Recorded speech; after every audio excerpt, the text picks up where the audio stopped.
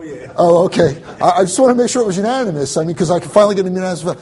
Traffic stinks in Hallandale Beach. Is there anything on the property today? No. But you mean it's going to be better if you build? No, that's not what I mean. But Jackie, here's the deal, and this is important. This is an important point, especially when we're talking about something like this. Here's the deal: they're entitled to do something there. They're entitled to 350 feet. If I tell them no, and I just say no for the sake of no, they're going to go to court, and a judge is going to tell them, of course. So it's a lot better, and it's a lot more. Jackie, let me finish. It's a lot better to negotiate and try and come up with a reasonable compromise that I'm not going to be thrilled, and they're not going to be thrilled. I'm not going to be 100% happy. They're not going to be 100% happy. Because if not, you're going to take it out of my hands, and you're going to give it to a judge, and then he's going to also tell you, to pay their legal fees.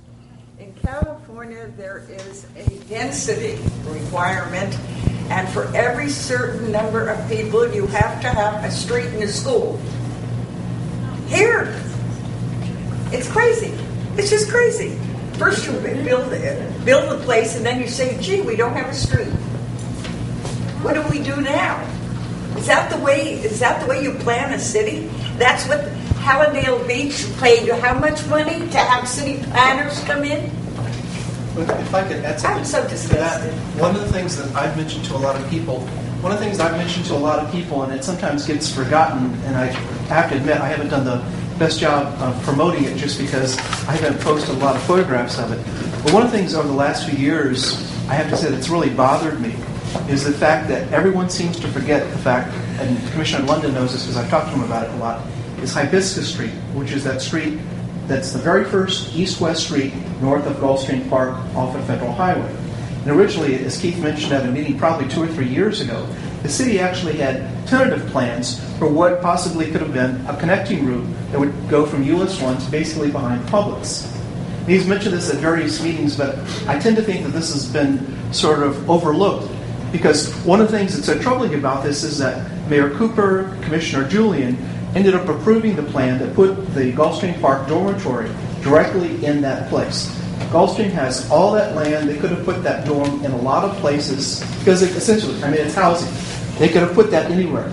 Instead, Gulfstream Park consciously chose to have it where they located it, and it's directly in the path of Hibiscus. So therefore, that road can never go forward. And essentially the point that she was making is that we're trapped by the fact that we only have one street in the entire city that's east-west. We obviously have Federal Highway, we also have A1A, but in terms of one street that gets everything, we're really screwed. And, there's a reason why I think that the mayor and Commissioner Julian should be asked, how is it that you allowed that to happen, knowing that there were decades worth of plans that were available for you to look at? Why did you do that? Why didn't you make a suggestion? Or as Commissioner London was saying before to you, Jackie, there has to be some give and take. But could we actually be the shrewd people in a deal instead of the people who get taken advantage of? There was a deal which got done apparently before I moved here. You look at that now, you think, what did the city get out of that? Not really anything from what I can see. Instead, all we've created is a situation where Hibiscus is a one block street, that comes up towards 8th. It doesn't go anywhere. Instead, that could have been a road that people like Keith and other people who live in Golden Isles could have taken to go home without having to get on Hallandale Beach Boulevard. Traffic would still be bad, but it would be better. It would be a tiny bit better. And my biggest problem, quite frankly, I notice whenever I walk to the beach, is when you see ambulances. You see ambulances coming over from the beach, going either to Aventura or going to Hollywood Memorial. And you see how bad the traffic is in the morning and in the afternoon, and I think to myself, because of the situation with my dad over the last year or so, that's something I've had to think about, and you wonder, how are those people going to get to the hospital in time? Hold on. So, two issues. Dave is 100% right. I've been talking about it. It's not only is it called Hibiscus, it's Southeast 2nd. So, and here's the dormitories right here. But it's basically where this development here is, US 1 and Hallandale Beach Boulevard. And you see there's a barricade right here where the road is going through, bisecting Gulfstream. We have some of the right-of-way, but the FPL substation's here, so it wouldn't work because of the FPL substation. And Gulfstream is not going to give up any of these barns, because if anybody saw what was going on here during Derby week, every one of their barns is full. So I've been advocating about this, and I've read the minutes back in 1969. 1969 when they talked about doing this, so it's almost like 50 years of talking about this. But to Jackie's point, real quick, and I don't want to go crazy on this, Jackie, I appreciate what you're saying, but you said it was in California. California State does certain things. Florida State does not do what you're saying, and then Broward County does not do that. You guys have most of you have heard me say this before. LOS, level of service, acceptable level of service for traffic in the city is level of service D, and that's the level of service in the county. What does that mean? In a nutshell, it means you could sit at a traffic light for 3 cycles, and that's acceptable level of service. That's the county standard, and that's the city standard. So Gail lives on like one of the few level B roads in the whole city, Diplomat Parkway.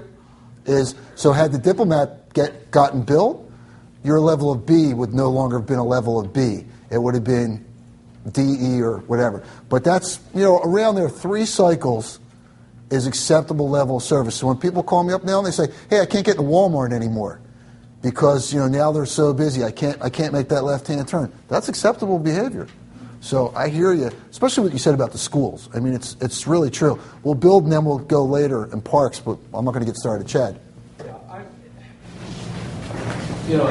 We're a small town, and we're really built out. The density in Allendale per square foot, people per 100 square feet, is high. We've just gone through April 15th. Our winter residents have started to are starting to exit. And every day from this point on, life gets pretty good if you have to get to the store or whatever. But during that 4 months, it is painful. It takes me 22 minutes to get from Olympus to US 1 going down Hamilton Beach Boulevard. 22 minutes to go blocks. Because I don't know what it is. People come down from Canada, no disrespect. You have to go but the other way. Instead of going to the beach, what do? They get their car and drive around at 9 o'clock in the morning. I don't know where they're going or what they're doing, but Jesus, a Quebec stampede out there. The problem comes where we have got, as a citizen group, we have got to say no more. Now, granted, property owners have a right to try and use their property for the greatest and highest economic value. But we need not roll over for parking spaces per unit. We need not roll over for a lot of zoning. Matter of fact, may need to make them more stiff so as to cause, let's say, a lower density over time through zoning, particularly zoning. And case in point, if you take the Taddy region of Fort Lauderdale that goes from the tunnel north to Sunrise, I can't think of a stretch of a large city in Florida that looked more abysmal and poor, shabby buildings, and it was just awful. Well, 10 years ago, they changed their zoning. And they put in parking requirements. They put in all types of zoning establishments. So when leases went up, they could not be released until the landlords put in adequate parking for the number of square feet in the building. Well, property bay-ups are very shallow. No place to park. What do they have to do? They couldn't release the owners that were dedicated to the community. They went out and they started buying up property behind them, and they got consolidated properties, and then they started to put in buildings with setbacks and proper parking and good facilities, and it's attractive. So, but that's a long-term process. What gets us in our lifetime to be able to go from the bridge to US 1 is going to take a really activist group of citizens who get on our commission's case and demand improvements in zoning to reduce density. Stop there. Let me jump in. And what Chad said is really a good thing because, and everybody in this group knows this, if you come to meetings, you can influence things. If you don't come to meetings, you have no influence.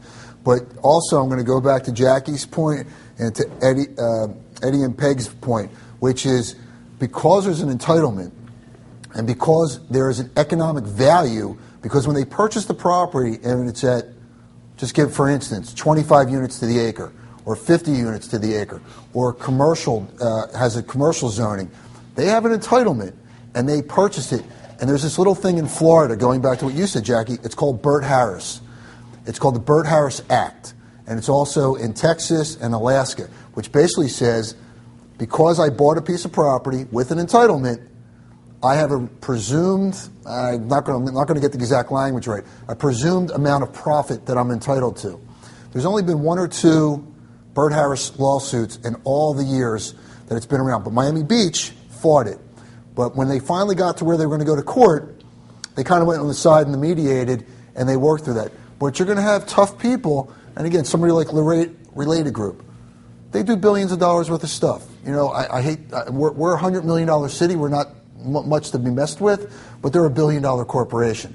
So I agree with what you're saying, but I want everybody to also understand that if you're going to pick your fights, be careful who you pick your fights with, because Walmart's well known for, you know, they go in and they buy a piece of property and they'll buy that 25, 30 acres, and you know they'll play that game with you. So, and at the end of the day, I'm more inclined to try and negotiate, and I think what you just said, Chad, again, is correct.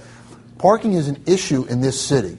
So that's one of those things that really is something, you know, put your foot down, and we got to make sure, because we're not talking about this today, but parking's always been an issue, because in the old days, we only required 1 parking space per unit. Nobody has 1 car anymore per unit. So that private property issue is falling onto public realm, and we're all being impacted by that. So now when somebody's coming in and building in the city, I'm very cognizant of parking and what can or cannot happen. But, Keith, when we see Arcade, they have big parking lots all along their, you know, the Winn-Dixie Shopping Center, the Publix, and those big parking lots. Now they're filling in the street front with without buildings. Out parcels, correct. Yeah, and so what you see back there, all that parking, is soon to disappear. Just give it a few years, it'll be gone, and there'll be more buildings, more square foot, fewer parking spaces. But what really is the killer is not a place so much to put the car. That's bad enough. It's they stay in the streets forever.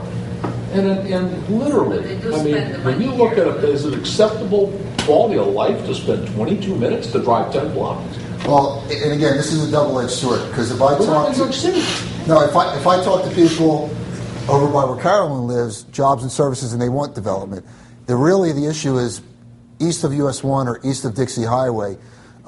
That's where it is. But by the way, just so people know, I actually voted no on the out parcel at RK, because they're building another out parcel.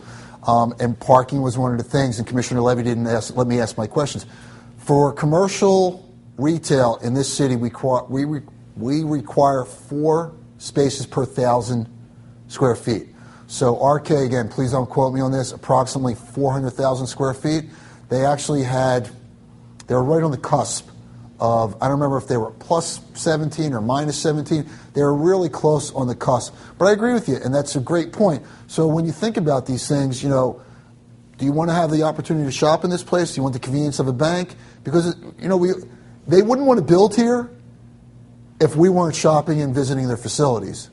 You're coming east from 95 on Hallandale Beach Boulevard. Suddenly, this crazy lane disappears, and what is that? And I thought at first it was temporary, but it's been there now. No, we got new signs 2 weeks ago. They got new signs saying this lane. It's It's such a mistake. I don't. Who said? Who said it was wonderful? The commission, they No, love it. no. First of all, who controls the signalization in Broward County? Okay, so Broward County so it's an FDOT road, Florida. It's a Florida road, and Broward County controls the signalization.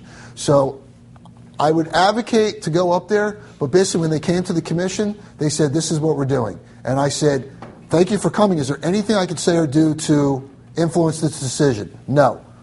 Thank you for coming. I appreciate your input, but they actually said that they did a study because they made the green lights longer. So now if you're heading eastbound, and it backs up to Scarano. Did I say that correctly? The